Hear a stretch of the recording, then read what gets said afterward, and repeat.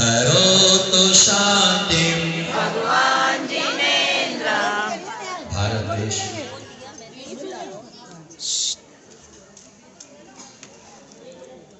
जहां से प्रार्थना का प्रारंभ होता है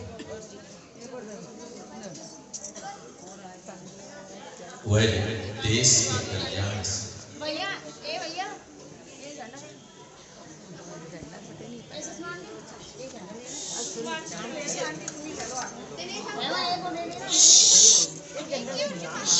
जितेंद्र भाई बाहर चले जाए। हॉल में जो लोग उनसे कहें कि आप लोग अपने घर की तरफ प्रस्थान। जिस भूमि पर विश्व विजेता पैदा हम इसलिए सौभाग्यशाली हैं कि हम उस भूमि पर पैदा नहीं हुए जहां पर बड़े बड़े वैज्ञानिक पैदा हुए।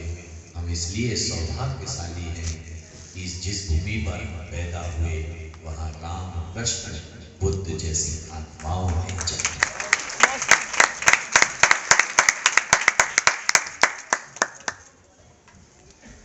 क्योंकि हम अपने आप को भाग्यशाली इसलिए मानते हैं कि जिस भारत को हम भारत कहते हैं वह भारत तीर्थंकर ऋषभदेव के पुत्र भरत चक्रवर्ती के नाम से, जिसे भारत के नाम से हम इसलिए सौभाग्यशाली हैं कि जिस भूमि पर हम पैदा हुए उस भूमि ने कभी दुनिया से लिया नहीं है, अपितु सारे विश्व को दिया ही दिया है। हम उस भूमि पर पैदा हुए जिस तिरंगे को लेकर के हम बैठे हैं। उस तिरंगे में 3 रंग है। 26 जनवरी केसरिया, उसके पीछे सफेद और उसके नीचे। ये हमारी भारत की संस्कृति, भारतीय सभ्यता की पहचान कर देना। मनीष भाभी ने उनको ठहरा करिए। क्योंकि जब हम केसरिया रंग की तरफ नजर डालते हैं तो वह हमें एक उपदेश,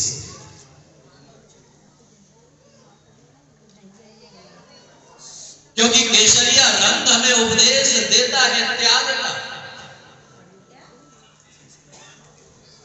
सफेद रंग हमें उपदेश देता है शांति का, और हरा रंग हमें उपदेश देता है समृद्धि का। भारत वह देश है जहां पर त्याग, शांति और समृद्धि का देश है ये भारत। अरे चुप हो जाओ। कागज का त्याग करके अपने पिता का सम्मान बढ़ाने वाले लोग। भारत वह देश है कि त्याग की इतनी बड़ी पराकाष्ठा को लेकर के कि एक भाई जो है अपने पिता के वचन को पूरा करने के लिए 14 वर्ष के वनवास पर जाता है, तो दूसरा भाई राजमहल में बैठ करके वह जो है गद्दी पर भाई के पद प्राण रख करके शासन करता है। ये त्याग की पराकाष्ठा। भारत वह भूमि है जिससे हमारी पहचान। किसी व्यक्ति से अगर पूछा जाए तो भारत की पहचान किससे है, तो जिसने थोड़े से पुस्तकें पढ़ी होंगी वह कहेगा कि भारत की पहचान आगरा के ताजमहल से। कोई कहेगा कि भारत की पहचान दिल्ली के लाल किले से। कोई कहेगा कि भारत की पहचान अजंता एलोरा की गुफाओं से। तो कोई कहेगा कि भारत की पहचान जो है दिल्ली की कुतुब मीनार से है। लेकिन भारत की संस्कृति कहती है कि भारत की पहचान लाल किले से नहीं है, भारत की पहचान आगरा के ताजमहल से नहीं है, भारत की पहचान काशी और संवेद शिखर से। भारत की पहचान केवल काशी और संवेद शिखर से ही नहीं, भारत की पहचान है एक राजकुमार विवाह करने के लिए निकलता है, पशुओं को बंधा हुआ देखता है और उनकी देख करके जो है अपने विवाह का परित्याग करके वैराग्य को धारण कर लेता है। इस बात से भारत की पहचान, भारत की अगर पहचान है तो उस पन्ना धाया से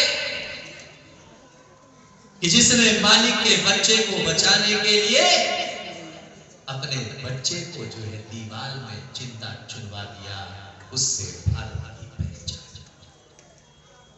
भारत की पहचान अगर किसी से है तो वह महाराणा प्रताप से है, जिन्होंने प्रजा की सुरक्षा के लिए जंगल में भी चले जाते हैं, प्रजा भूखी ना रहे, अपने अन्न के भंडारे के लिए खुलवा दिए जाते हैं, स्वयं घास की रोटियां खाते हैं, लेकिन प्रजा को अन्न की रोटियां खाने के लिए देते हैं।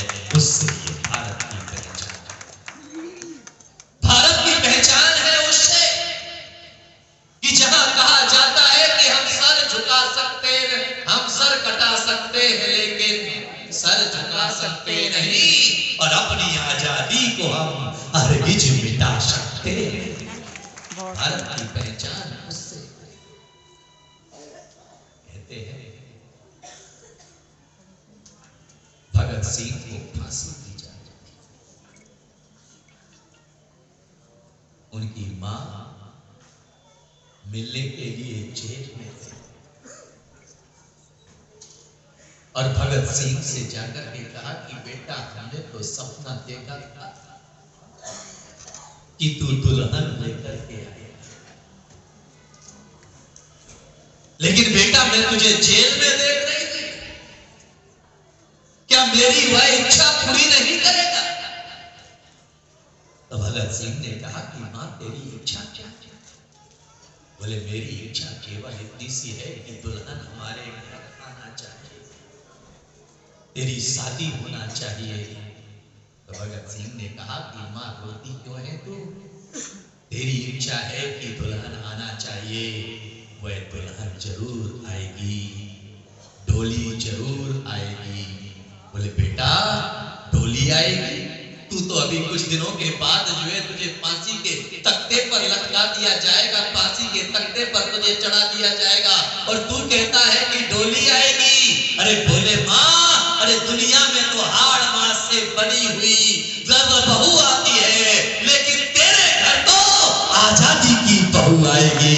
इसलिए सारी दुनिया देखेगी, कि सारी दुनिया देखेगी कि कैसी बहू आई है, कि सारा नगर सारा जगत जिसको हमेशा हमेशा याद रखेगी। इसलिए माँ तू रो मत, अरे दूसरी बहू आएगी तो वह केवल लाल साड़ी पहन करके आएगी, लेकिन मैं जिस बहू को लाऊंगा वह तिरंगा में लिपटी हुई होगी, वह तिरंगा का सम्मान से सहित होगी, मैं उस बहू को लेकर के आऊंगा।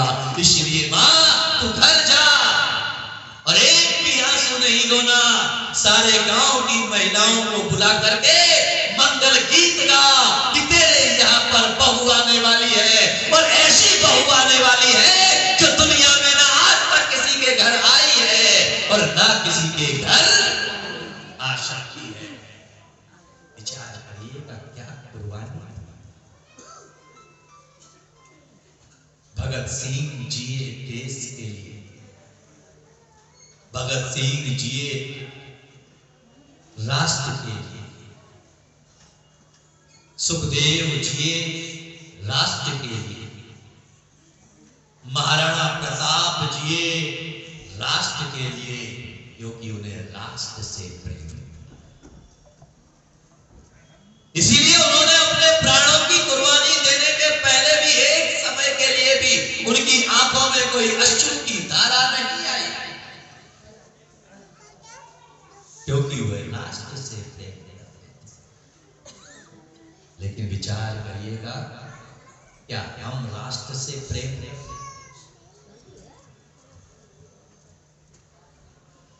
हम राष्ट्र प्रेम की बात जरूर करते हैं, लेकिन हम राष्ट्र से प्रेम नहीं करते। जो लोग राष्ट्र से प्रेम करते हैं वह लोग अपनी जान की कुर्बानी भी देने से पीछे नहीं हटते हैं। जो धर्म से प्रेम करते हैं वह अपना परिवार त्यागने के लिए भी तैयार रहते हैं। जो लोग राष्ट्र से प्रेम करते हैं, होली हो, दिवाली हो, दशहरा हो, वह जो है सेना पर, सीमा पर खड़े होकर के वह खून की होलियां खेला करते हैं और हम घर में जो है दिवाली के दीप जलाया करते हैं। अरे याद में रखना कि तुम्हारा त्याग केवल मंदिर से प्रारंभ होता है और मंदिर पर खत्म हो जाता है, लेकिन उनका प्रेम देश के प्रति है जो घर से प्रारंभ होता है और राष्ट्र के प्रति कुर्बान होकर के खून।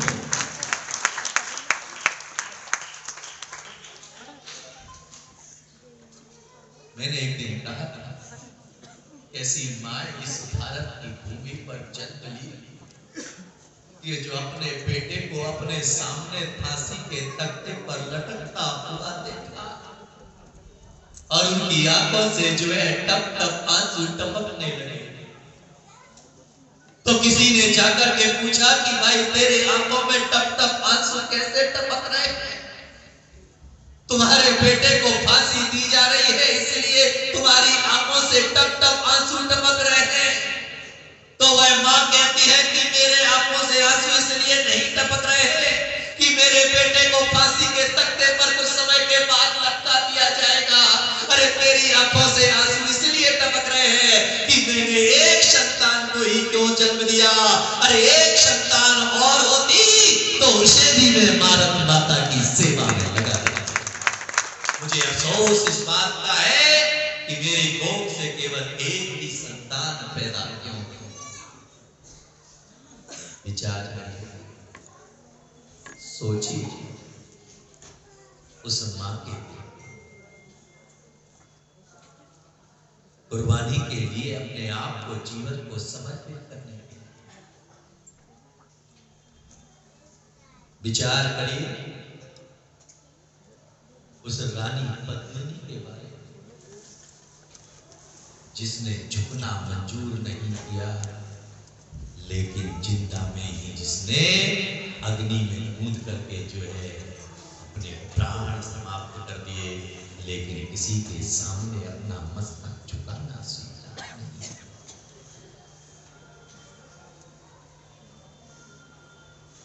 बंदा बैरागी के जीवन को उठा करके कि उन्हें जो है सार्वजनिक तौर पर जो है चौराहे पर बांध करके खड़ा कर दिया जाता है और गरम गरम लोहे की शस्त्र ला करके उनके शरीर को जिंदा में ही उनकी चमड़ी को खींचा जाता है, एकदम तपता हुआ लोहा उनके हाथ पर लगाया जाता है और लगा करके चमड़ी को खींचा जाता है। पूरे शरीर से लहू बह रहा है, लेकिन उनके चेहरे पर मुस्कुराहट है। और जैसे ही लहू बहने लगता है तो वह नीचे बैठ करके उस लहू को समेटते हैं और अपने चेहरे पर लगा लेते हैं, अपने चेहरे को उस लहू से लाल कर लेते हैं। जब उनका चेहरा लहू से लाल हो जाता है तो लोगों ने पूछा कि ये लहू लगा करके तुम चेहरे को लाल क्यों कर रहे हो? बोले मैं लाल इसलिए कर रहा हूं कि दुनिया को मेरा पीला चेहरा दिखाई ना दे कि मैं जो है जीते जी मेरी चमड़ी खरीदी जी गई है, मेरे जान पे मेरी ली जा रही है, तो मेरा चेहरा पीला ना पड़ जाए, कहीं आदमी मेरे चेहरे को देख करके दुखी ना होने लगे कि देखो इनका चेहरा कैसा फीका पड़ गया है। अरे मैं अपने लहू को लगा करके ये पहचान लेना चाहता हूँ कि आज भी मैं भारत माता के प्रति समर्पित होकर के अपने लहू का श्रृंगार करता हूँ और लहू का श्रृंगार करके जो है लाल चेहरा करके जा रहा हूँ। मैं खुश होकर के इस दुनिया से जा रहा हूँ, इसलिए नहीं कि मेरा एक जीवन चला गया, मैं इसलिए भगवान से प्रार्थना कर रहा हूँ कि अगली बार भी मेरे जीवन मिले तो फिर मैं भारत माता के प्रति अपने आप को समर्पित होकर के जीऊं। मैं निवेदन आपसे केवल इतना ही करता हूं, कि आज हम यहां पर बैठे भाषे भाग्य भी होता है, भाषे भाग्य का निर्माण भी होता है, भाषे भाग्य भी बनता है और भाषे भ्रष्टाचार भी बनता है। भाषे एक तरफ भ्रष्टाचार है और भाषे एक तरफ भारत है, गा से एक तरफ गधा भी है और गा से एक तरफ गणधर और गणपति भी है। एक स्कूल में ये तय किया गया कि बाहर स्कूलों में जो है गा से गणपति पढ़ाया जाए, तो मुसलमान उत्तर के खड़े हुए, उन्होंने कहा कि हमारा बेटा गा से गणपति नहीं पढ़ेगा क्योंकि हम मुसलमान हैं। तो फिर तय किया गया कि भाई जो है गा से गणधर पढ़ाया जाएगा। तो फिर हिंदू उठ करके खड़े हुए, बोले हमारा बेटा गा से गणधर भी नहीं पढ़ेगा क्योंकि हम हिंदू हैं, हम जैन नहीं हैं, इसलिए हमारा बेटा गा से गणधर भी नहीं पढ़ेगा। तो फिर शिक्षा समिति ने तय किया कि ठीक है, सारे स्कूलों में गा से गधा पढ़ाया। इसमें सारे लोग खुश हो गए, बोले पढ़ी जाती क्योंकि गा से गणपति पढ़ने में हमें अड़चन है, गा से गणधर पढ़ने में हमें अड़चन है, लेकिन गा से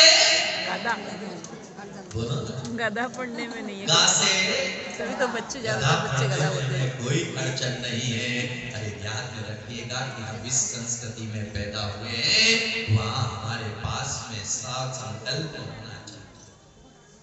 आज हमारे रगों में जो है देशभक्ति समाप्त होती जा रही है। हम देशभक्ति की बात जरूर करते हैं लेकिन देश के प्रति प्रेम नहीं रखते हैं। अरे आज कोई व्यक्ति भारत से अमेरिका जाता है और बिस्किट का पैकेट खरीदना, तो वह बिस्किट के पैकेट का कवर कहां फेंकता है?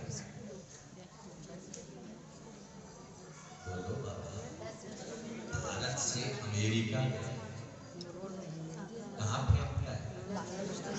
या तो जैसे डस्टबिन में ही या वह फिर अमेरिका से लौट करके भारत सड़क पर फेंकने लगता है। तुम्हारा देश में और फिर आकर के यहाँ पर कहते हैं अरे हम अमेरिका गए थे, क्या नींद निकली। हाँ बिल्कुल सही कह रहे रास्ते पे कचरा, मजाल है कि एक कचरे का कचरा वहां मिल जाए, एक भी कचरा वहां पर देखने को नहीं मिला। तो एक भी कचरा, तो तुम यहाँ से अमेरिका पहुंचे तो तुम्हारे दिमाग में आया कि यहाँ कचरा नहीं डालना है, और जैसे ही भारत में आए तो तुमने कचरे को उठा करके डस्टबिन में डालने की बनस्पत जो है उसे हमने रोड पर फेंक दिया। तो विचार करिएगा तुम्हारा यही भारत से प्रेम है। बिल्कुल सही। यानी कचरा करना भारत का प्रेम नहीं है, भारत को स्वच्छ बनाना भारत का से देश से प्रेम है। बहुत सुंदर, बहुत सुंदर। हर भारतीय का सबसे पहला संकल्प होना चाहिए कि हम घर में ही केवल सफाई नहीं रखेंगे, हम केवल मन में ही सफाई नहीं रखेंगे, हम पूरे देश में सफाई रखेंगे। इसलिए सबसे पहला आज संकल्प होना चाहिए स्वच्छ भारत।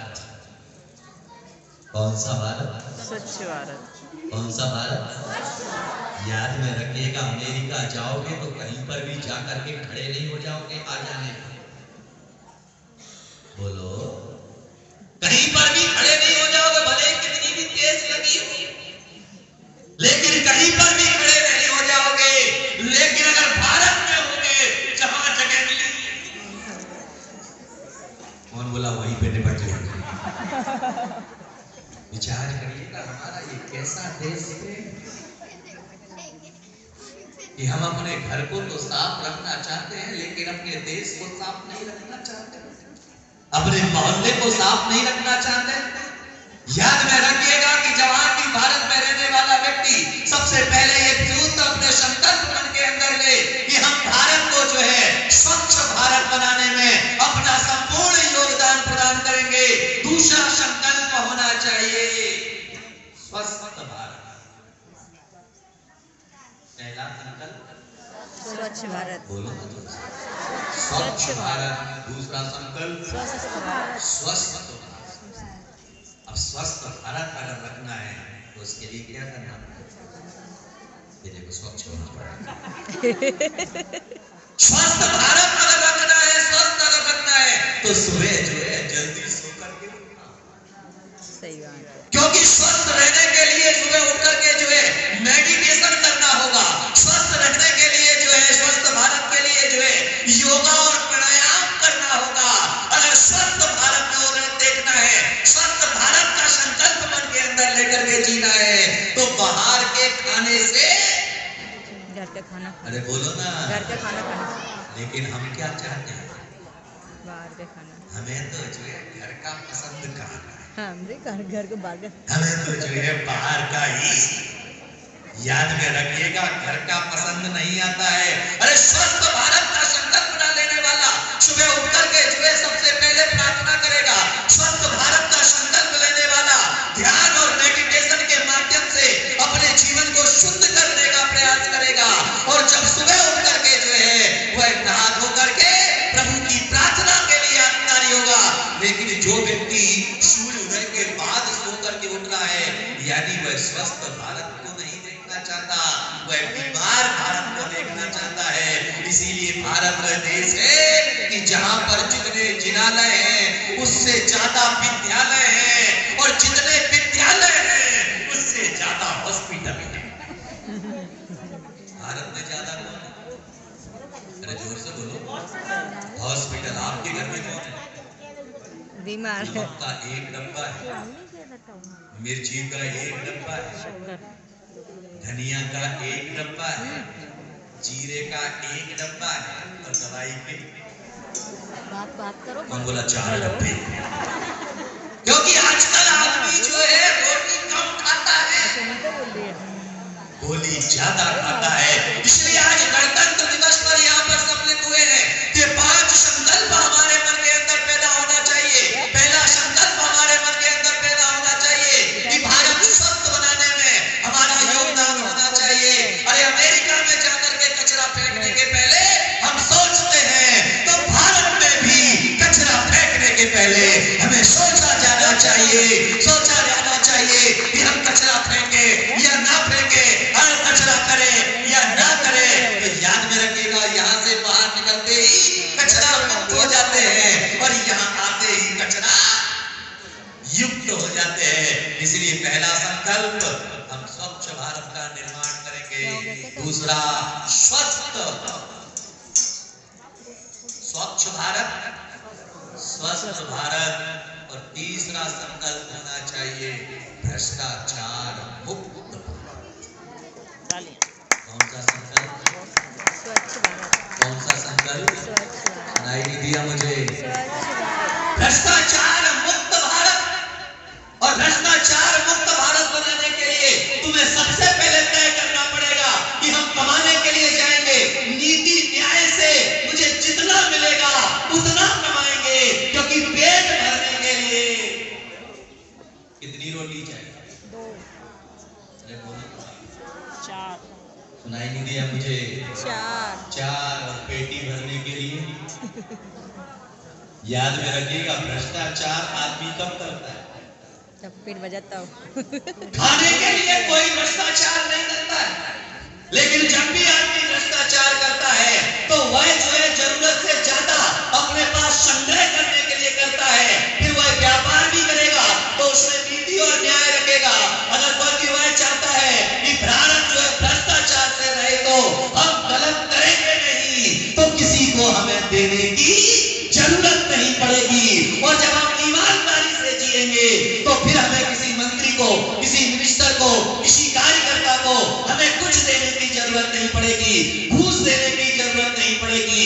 लेकिन हमें गलत करते हैं तो फिर गलत करने पर उसे दबाने के लिए हमें उतना देना भी पड़ता है। और याद में रखिएगा, ये भारत देश वह देश है जिसे कभी सोने की चिड़िया कहा जाता था।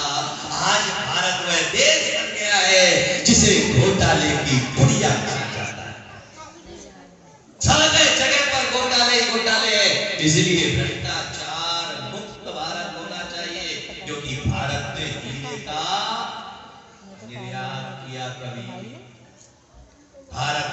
कभी दूध और दही का निर्यात किया, भारत ने कभी हीरे और मोती का निर्यात किया, भारत ने कभी अपनी पूर्व की संस्कृति को दुनिया के सामने रखा, लेकिन आज उसी भारत देश में मांस निर्यात।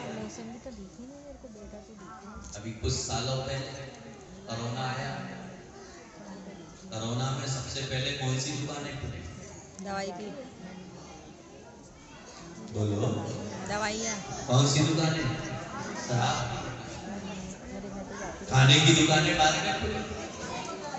मैं निवेदन केवल इतना ही करना चाहूंगा कि भारत वह देश है कि जहां से कभी जो है दूध का निर्यात हुआ, भारत वह देश है जहां से कभी घी का निर्यात हुआ, भारत वह देश है कहीं जहां से कभी मोती का निर्यात हुआ, लेकिन याद में रखिएगा कि अब भी निर्यात करने की जरूरत है।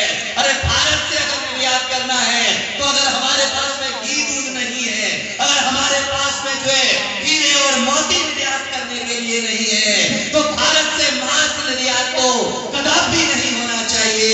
और अब भारत से अगर निर्यात होना चाहिए तो उन्हें भ्रष्ट नेताओं का निर्यात होना चाहिए जो समाज और देश के अंदर अशांति का वातावरण का निर्माण करते हैं। इसीलिए निर्यात जरूरी है, भ्रष्टाचार,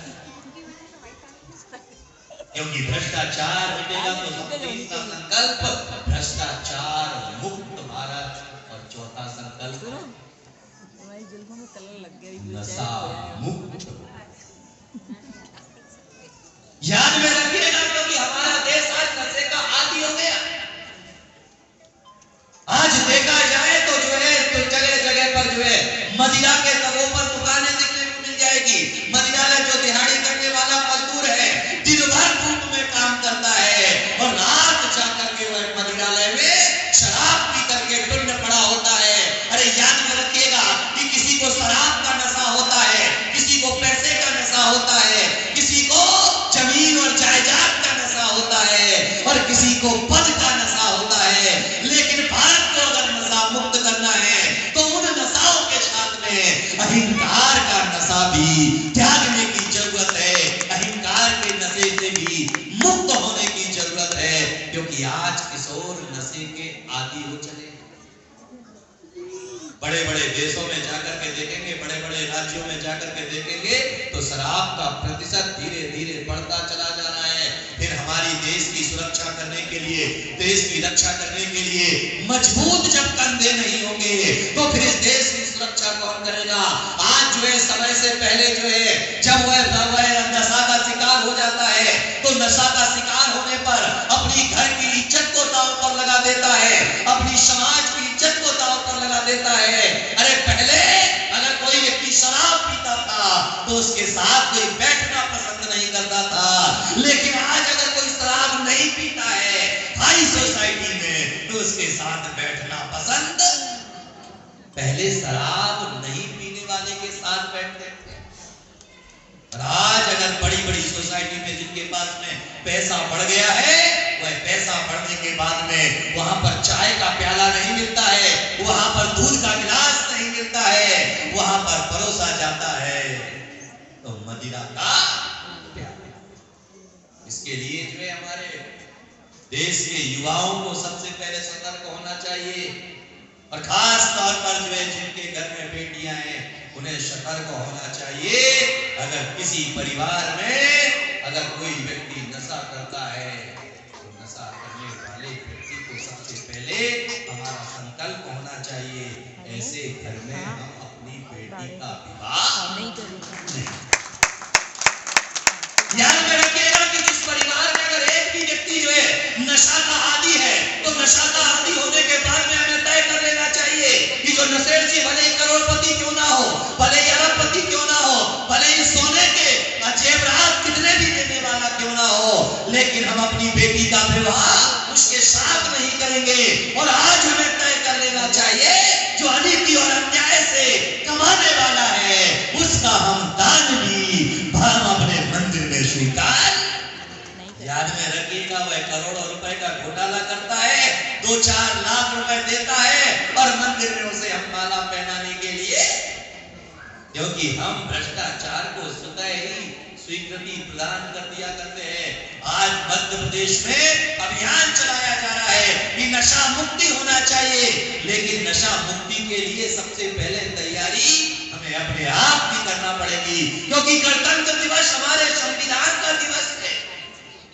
15 अगस्त को देश आजाद हुआ तो 26 जनवरी को जो है भारत का संविधान लागू किया गया।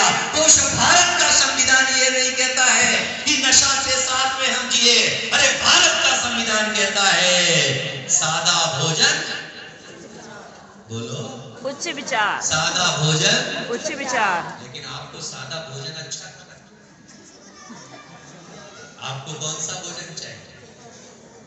हाँ, सुनाई नहीं दिया? कौन सा भोजन चाहिए?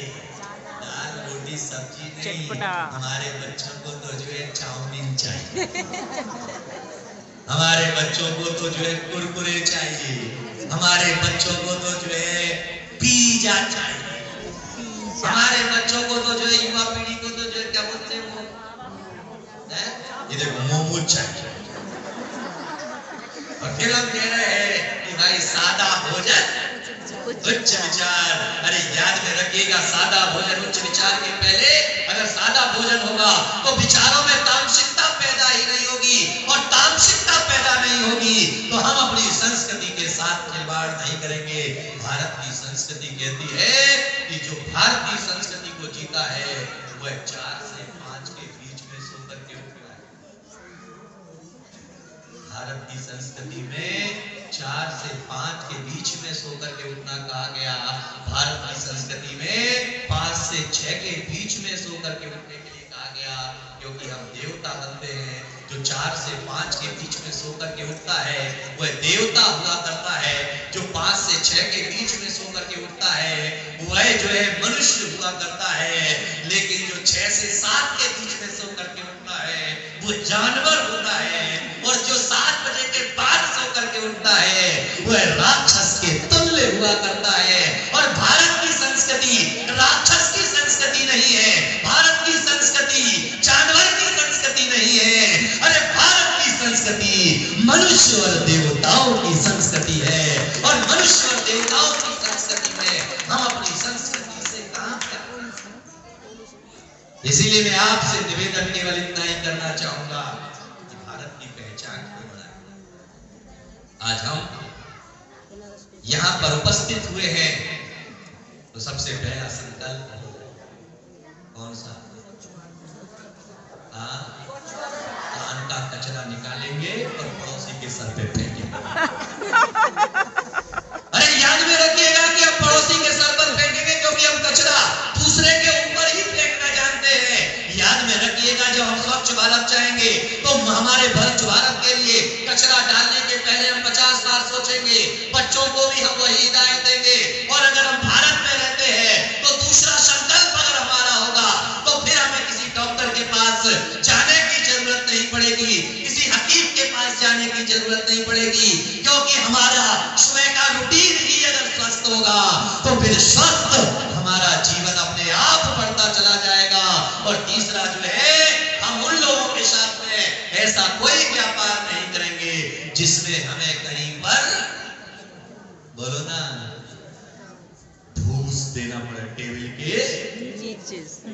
कौन बोला नीचे से? टेबल के नीचे हो या टेबल के ऊपर हो, भ्रष्टाचार तो एक बात है भगवान के दरबार में, पुण्य में और भ्रष्टाचार में झगड़ा। पुण्य ने कहा मैं बड़ा, भ्रष्टाचार ने कहा मैं बड़ा। बोले कैसे? पुण्य ने कहा सारी दुनिया मुझे जानती है। जीतू ने कहा सारी दुनिया मुझे जानती है, यहाँ तक तो ठीक है, लेकिन सारी दुनिया मुझे करती है, इसलिए बड़ा तो। बोले कैसे कह सकते हो कि भ्रष्टाचार सारी दुनिया करती है? बोले आपके पास में अभी वो भगत आया था ना? हाँ बोले आया था। क्या कह रहा था? बोले अगर मेरे लड़के की शादी करा दोगे तो सोने का छत्र चढ़ा। ये क्या है? ये क्या है? भगवान को भी घूस दे रहे, भगवान मेरे लड़के की शादी करवा दो, मैं तुम्हें मेरे सोने का छत्र चढ़ाऊंगा। इसीलिए मैं आपसे आज केवल इतना ही निवेदन करना चाहूंगा, इतनी गुजारिश करना चाहूंगा कि जिंदगी के अध्यात्म को समझिए। आज अगर हम भारत देश में रहते हैं तो उन स्वतंत्रता सेनानियों को याद करें, उन माओं को देखें कि उन्होंने अपने अपने बच्चों को जो है देश के लिए आजाद कर दिया, देश के लिए जीवन समर्पित करा दिया। तो आज हम देश के लिए क्या कर रहे हैं? हम धर्म के लिए क्या कर रहे हैं? क्योंकि भारत की पहचान किससे है? किससे? त्याग से। भारत की पहचान किससे है? त्याग से। शांति से। भारत की पहचान किससे है? समृद्धि से। भारत की पहचान है तो कहते हैं कि महावीर की अहिंसा से भारत की पहचान है।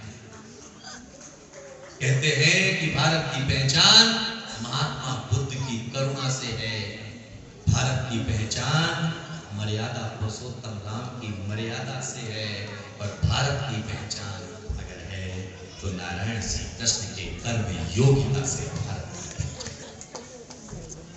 हम जिन तीर्थंकरों के चरणों में बैठे हैं, जिस देश की भूमि पर बैठे हैं, उस देश की भूमि के ऊपर हमें स्वाभिमान होना चाहिए और हर बात को तय कर लिया जाना चाहिए कि अगर हमारा बच्चा पैदा हुआ है, अगर हमारे पास 2 बच्चे हैं, तो एक बच्चा हमारे परिवार के लिए होगा और एक बच्चा जो है देश की सेवा करने के लिए उनके ऊपर कुर्बान। क्योंकि भारत किसी से लेता नहीं है, भारत हमेशा दूसरे को देता। इसलिए आज स्वाधीनता दिवस पर हाथ उठा करके हम संकल्प करें कि हम भारत को क्या बनाएंगे? स्वच्छ बनाएंगे। क्या बनाएंगे? स्वच्छ बनाएंगे। स्वच्छ भारत, स्वस्थ भारत, भारत, भ्रष्टाचार मुक्त भारत, मुक्त भारत और नशा मुक्त। नशा मुक्त भारत। अगर ये 4 संकल्प लेकर के हम जिंदगी में जी सके, इन 4 संकल्पों को लेकर के हम अगर आगे बढ़ सके, तो भारत में रहने का हमारा कोई मतलब रह जाएगा। और अगर हम भारत को स्वच्छ नहीं बना सके, हम जो है नशा मुक्त नहीं कर सके, हम जो है भ्रष्टाचार मुक्त नहीं कर सके, और 26 जनवरी और 15 अगस्त बना करके रंग दे बसंती चोला। अरे रंग दे बसंती चोला केवल भजन गाने मात्र से देश की आजादी का अध्याय नहीं लिखा जाता है। अरे देश की आजादी का अध्याय अगर लिखा जाता है तो मन के परिवर्तन से, हमारे विचारों के परिवर्तन से, हमारे नेचर के परिवर्तन से। और जब ये परिवर्तन होते हैं तो वह ध्वजा